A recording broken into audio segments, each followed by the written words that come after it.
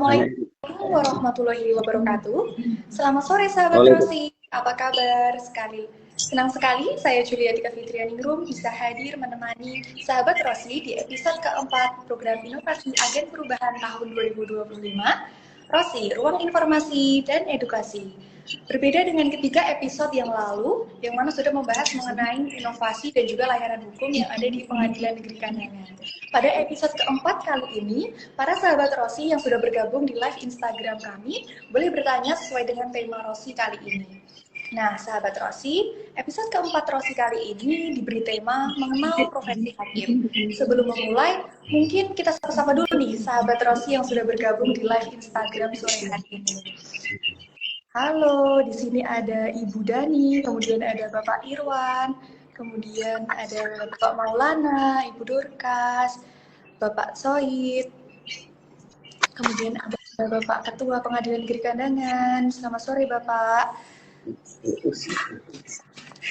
Berhubung narasumber kita sudah bergabung, sebelumnya saya akan memperkenalkan terlebih dahulu nih narasumber kita pada sore hari ini.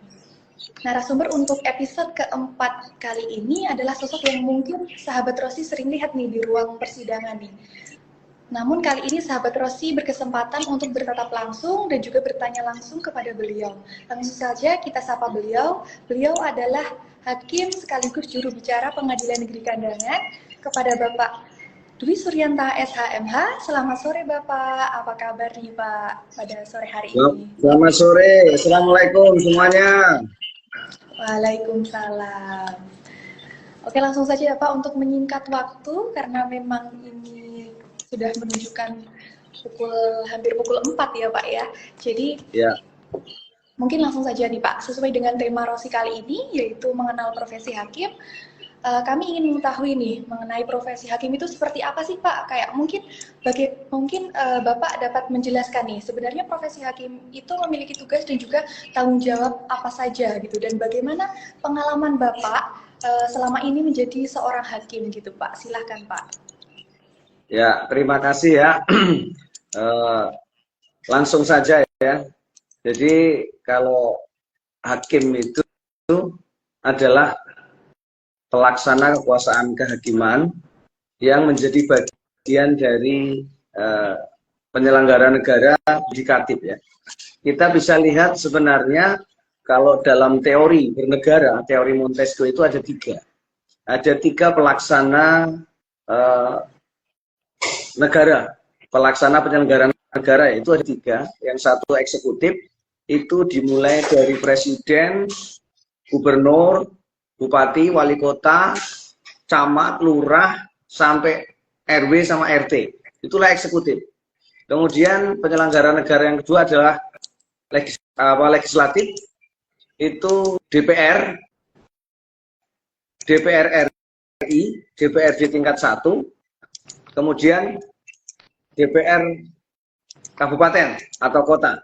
Kemudian legislatif, yudikatif. Yudikatif ini adalah pelaksana kekuasaan kehakiman yang di Indonesia ini ada dua lembaga negara yang melaksanakan kekuasaan kehakiman yang merdeka, yaitu satu adalah Mahkamah Agung, yang kedua adalah Mahkamah Konstitusi.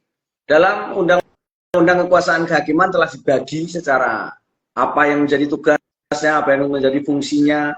Kalau Mahkamah Konstitusi dia tugas pokoknya adalah menguji setiap undang-undang dengan Undang-Undang Dasar 1945, juga ada sengketa lembaga negara dan juga sengketa pemilihan kepala daerah atau pemilihan presiden. Ada di situ dia menjadi kewenangan Mahkamah Konstitusi.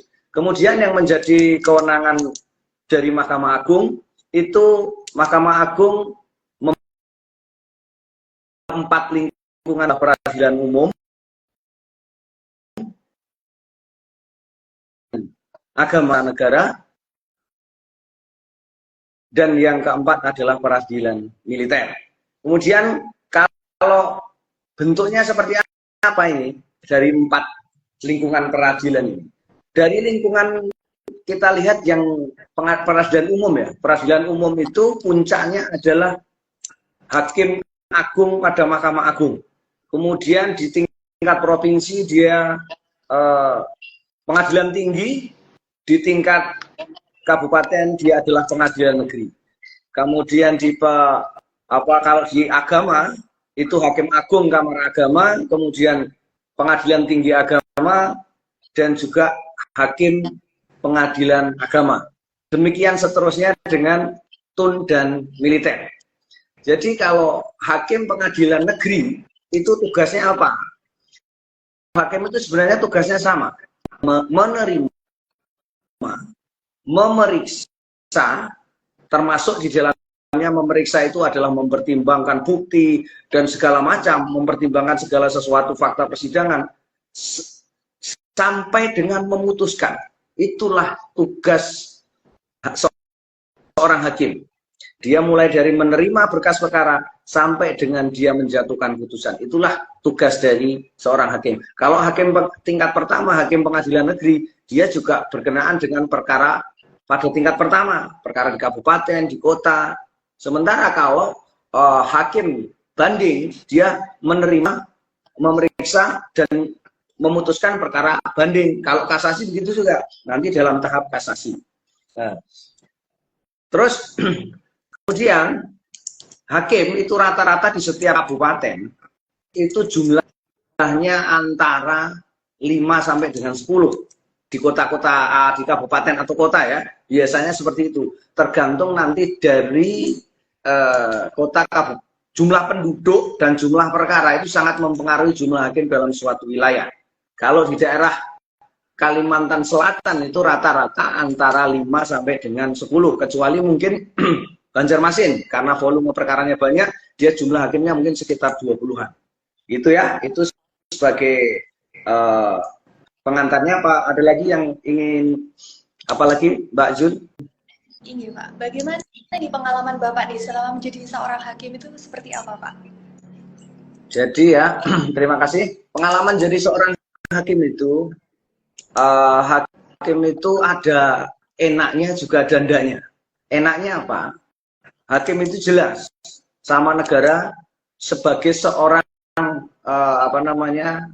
aparat atau status hakim ini kan sebenarnya ASN yang ditempatkan menjadi pejabat negara tertentu, yaitu pejabat negara pelaksana kekuasaan kehakiman.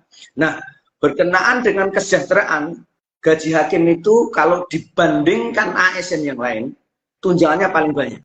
Itu senangnya jadi hakim. Tapi ada juga yang tidak senang yang lain. Contohnya, hakim itu ada pindah-pindah, mutasi terus. Jadi antara 3 sampai dengan 5 tahun, hakim itu pasti dipindahkan. Bahkan untuk jabatan struktural, untuk wakil, untuk ketua, itu antara 1 sampai 2 tahun. Itu pindah-pindah. Jadi bagi seorang hakim, itu perpindahan tugas itu ada enaknya ada enggaknya. Enaknya temannya banyak, dari semua tempat, dia tahu wilayah Indonesia itu banyak. Pengalaman saya pernah di Indonesia Barat, saya pernah di Indonesia Timur, dan sekarang di Indonesia Tengah. Itulah contohnya. Namun tidak enaknya adalah bagi seorang hakim itu dia harus mengalokasikan dana untuk pulang kampung. Itu salah satunya, karena rata-rata hakim itu akan jauh dari kampungnya, harus beli tiket pesawat. Nah, itu salah satu tidak enaknya menjadi hakim, karena pasti sebagian besar bertugas di luar pulau kadang-kadang. Seperti sekarang ini saya di luar pulau tempat rumah saya berada. Begitu Mbak Juli. Ini baik Pak. Dari sekian banyak pengalaman Bapak nih menjadi seorang hakim, ada nggak nih Pak, pengalaman yang paling berkesan gitu, yang sampai saat ini tuh teringat terus gitu di benak Bapak? Jadi menjadi seorang hakim itu kan, sebenarnya hakim itu kan tugasnya mengurusi urusan orang ya. Orang yang bermasalah, baik pidana maupun perdata, itu kan hakim itu mencoba menyelesaikan masalah orang. Nah, kalau saya sendiri sebagai seorang hakim, saya mendapatkan kepuasan baik batin maupun, dan itu akan saya kenang terus, adalah ketika saya kalau dalam perkara perdata itu bisa mendamaikan pihak yang berperkara. Contoh, orang rebutan tanah, kakak sama adik ya, saya pernah mengalami itu. Waktu itu keponakan dengan pamannya, dia rebutan tanah, akhirnya alhamdulillah waktu itu saya sebagai anggota hakim anggota 1, saya pada saat pemeriksaan setempat, saya mencoba mendamaikan, saya kaukus dengan penggugat, kaukus dengan tergugat, alhamdulillah akhirnya perkara itu selesai dan disepakati damai. Dan beberapa kali kalau di kandangan ini yang berhasil saya damaikan adalah gugatan sederhana. Dan juga kalau dalam perkara pidana, itu ya, yang menjadi kesenangan saya sebagai seorang hakim atau kepuasan saya sebagai seorang hakim, ketika di persidangan hakim itu bisa, kalau dalam perkara pidana itu pihak korban, misalnya perkelahian, pihak korban bisa memaafkan pelaku, pihak pelaku pun merasa bersalah dan meminta maaf di depan persidangan, di depan majelis. Nah, itu sampai mereka menangis, berpelukan. Nah, itu istilahnya kalau saya bisa bilang, itu mengena di hati. Jadi, walaupun hukum jalan, tapi masalah mereka itu sebenarnya sudah selesai. Jadi begitu, Mbak Juli. Baik, Pak. Kemudian sahabat Rosi yang sedang menonton live Instagram kali ini mungkin ingin mengetahui nih, mengapa Bapak akhirnya memilih profesi ini, profesi sebagai seorang hakim gitu, Pak. Mungkin Bapak bisa berbagi cerita kepada kami, Pak. Yang dulu pertama ya, menjadi seorang hakim itu yang pertama saya adalah karena saya itu kuliahnya jurusan hukum dulu. Kebetulan orang tua saya kerja di kejaksaan, dan otomatis sedikit banyak dari kecil saya sudah tahu tentang lingkup penegak hukum. Kemudian setelah itu, setelah saya mempelajari di bangku kuliah, kenapa saya memilih menjadi hakim ini? Pertama, jadi hakim itu adalah jabatan atau profesi yang bebas dari campur tangan siapapun. Dia bisa memutuskan perkara itu sesuai dengan aturan dan sesuai hati nurani dia, tidak sesuai dengan kemauan atasan atau misalnya seperti itu ya. Kemudian menjadi seorang hakim ini, kenapa saya memilih ini? Pertama, sesuai dengan jurusan yang saya saya ambil waktu kuliah. Yang kedua, memang hakim ini gajinya paling tinggi di antara para penegak hukum lain. Itu salah satu, mau tidak mau kita sebagai manusia, kita memang butuh itu ya. Itu Mbak Juli. Baik, Pak. Dari penjelasan yang telah disampaikan oleh Bapak Dwi, kita dapat mengetahui profesi hakim itu seperti apa dan juga keuntungan menjadi seorang hakim itu seperti apa, begitu ya. Untuk sesi berikutnya mungkin ada sesi tanya jawab ini, Pak. Jadi bagi sahabat Rosi yang sedang menonton live Instagram kami, dapat bertanya langsung nih sama Bapak Dwi Suryanta SHMH terkait dengan tema Rosi kali ini, yaitu mengenal profesi hakim. Ya, silakan. Mungkin juga perlu saya tambahkan ya, yang jelas kalau jadi hakim itu piknik terus. Tidak hanya dia sendiri, bahkan kalau seperti saya nih, keluarganya ikut, anaknya juga ikut bersama-sama, istrinya juga ikut bersama-sama. Jadi piknik terus. Setiap 3 atau 4 tahun dia akan mengetahui daerah baru, teman baru. Nah, itu ada yang bertanya, Pak Maulana. Ya, ini Bapak. Silakan. Ada Bapak Maulana nih, Pak, yang mau bertanya. Silakan Pak Maulana. Ada yang ingin ditanyakan? Langsung saja, Bapak Maulana.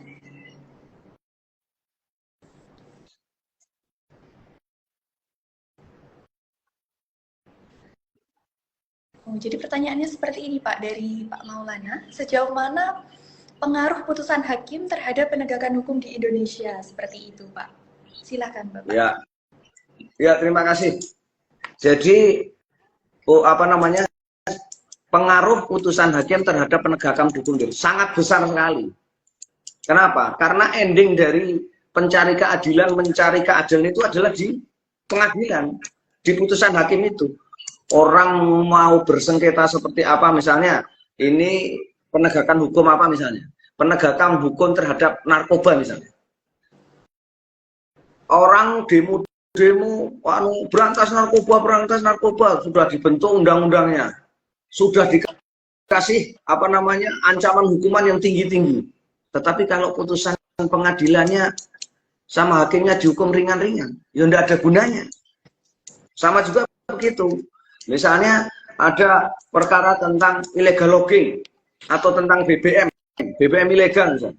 Undang-undangnya sudah jelas, sudah ini. Tetapi ketika putusan hakimnya tidak sesuai dengan harapan masyarakat, tidak sesuai dengan ketentuan undang-undang, nanti otomatis penegakan hukum itu, istilahnya saya bilang kalau bahasa Jawanya ngelokro, tidak ada semangatnya lagi karena tidak sesuai dengan harapan publik. Dan kemungkinan besar ketika nanti putusan hakimnya seperti itu, istilahnya tidak sesuai dengan ketentuan undang-undang, otomatis nanti pertama pasti putusan pengadilan itu akan dilaporkan, hakimnya juga akan dilaporkan, dia akan diduga terima suap dan seterusnya. Jadi karena ending dari penegakan hukum itu adalah putusan dari pengadilan. Jadi kalau pertanyaannya sejauh mana pengaruh putusan hakim terhadap penegakan hukum, ya sangat besar sekali.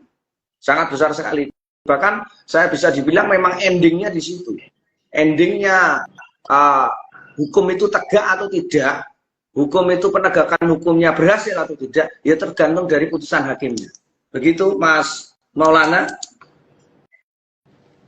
Gimana nih Mas Maulana terkait dengan penjelasan dari Bapak Dwi? Apakah sudah menjawab? Kita sambil menunggu dari pertanyaan-pertanyaan berikutnya ya Pak ini ya. Ya. Oh, sekalian saya tambahkan ini. Hakim itu pensiunnya kapan? Ya. Hakim itu kalau hakim pengadilan negeri, hakim tingkat pertama, pensiunnya itu 65 tahun. Kemudian kalau hakim tinggi itu 67 tahun. Untuk hakim agung 70 tahun. Jadi untuk seorang aparatur sipil negara, hakim itu termasuk yang paling lama pensiunnya. Jadi hakim agung juga disamakan dengan profesor 70 tahun. Dan mungkin ASN yang paling tua umurnya untuk dipensiunkan. Karena untuk rata-rata sekarang ASN itu pensiunnya 5 untuk yang eselon 1 ke 60. Ada pertanyaan lain atau tidak? Baik, terima kasih atas tambahannya Bapak. Mungkin kita tunggu sejenak untuk pertanyaan berikutnya nih, kalau masih ada sahabat Rosi yang ingin bertanya nih kepada Bapak Dwi Suryanta SHMH nih. Mumpung kita bisa secara langsung bertemu dengan Hakim sekaligus juru bicara Pengadilan Negeri Kandangan kelas 1B. Oh, sekalian saya tambahkan ini. Hakim itu pensiunnya kapan? Ya. Hakim itu kalau hakim pengadilan negeri, hakim tingkat pertama, pensiunnya itu 65 tahun. Kemudian kalau hakim tinggi itu 67 tahun. Untuk hakim agung 70 tahun. Jadi untuk seorang aparatur sipil negara, hakim itu termasuk yang paling lama pensiunnya. Jadi hakim agung juga disamakan dengan profesor 70 tahun. Dan mungkin ASN yang paling tua umurnya untuk dipensiunkan. Karena untuk rata-rata sekarang ASN itu pensiunnya 5 untuk yang eselon 1 ke 60. Ada pertanyaan lain atau tidak? Baik, terima kasih atas tambahannya Bapak. Mungkin kita tunggu sejenak untuk pertanyaan berikutnya nih, kalau masih ada sahabat Rosi yang ingin bertanya nih kepada Bapak Dwi Suryanta SHMH nih. Mumpung kita bisa secara langsung bertemu dengan Hakim sekaligus juru bicara Pengadilan Negeri Kandangan kelas 1B. Kalau memang sudah tidak ada lagi pertanyaan, untuk episode Rosi sore hari ini akan saya tutup. Namun sebelum saya menutup program Rosi episode keempat kali ini, mungkin Bapak Dwi Suryanta SHMH dapat memberikan closing statement atau memberikan edukasi kepada sahabat Rosi terkait dengan tema Rosi pada sore hari ini. Silakan Bapak. Ya, terima kasih ya untuk closing statement. Jadi saya akan memberikan ini aja, mungkin tadi sekaligus bagaimana sih caranya menjadi hakim. Nah, ini closing statementnya mungkin bisa juga memberikan pencerahan bagaimana kalau ada warga masyarakat atau anaknya atau saudaranya mau jadi hakim. Jadi ketika mau menjadi seorang hakim, seseorang itu harus lulus dulu sarjana hukum. Pertama. Kemudian yang kedua, orang itu harus lulus seleksi CPNS di Mahkamah Agung dengan formasi calon hakim. Kalau di 2 tahun terakhir ini, Mahkamah Agung melalui APP, jalur. Jadi nanti analis perkara ya. Nah, itu nanti akan diseleksi, dites lagi, kemudian menjadi masuk menjadi calon hakim. Kalau zaman saya dulu langsung CPNS langsung dengan status calon hakim. Kemudian bagaimana dengan selanjutnya? Jadi setelah lolos menjadi calon hakim, kemudian melaksanakan tugas sebagai CPNS dengan status calon hakim itu kurang lebih butuh waktu 2 tahun 7 bulan waktu saya dulu ya. Sekitar 1 tahun itu menjadi CPNS, kemudian setelah PNS itu mengikuti diklat hakim kurang lebih sekitar 3 atau 4 bulan, termasuk di situ waktu itu diklat militer.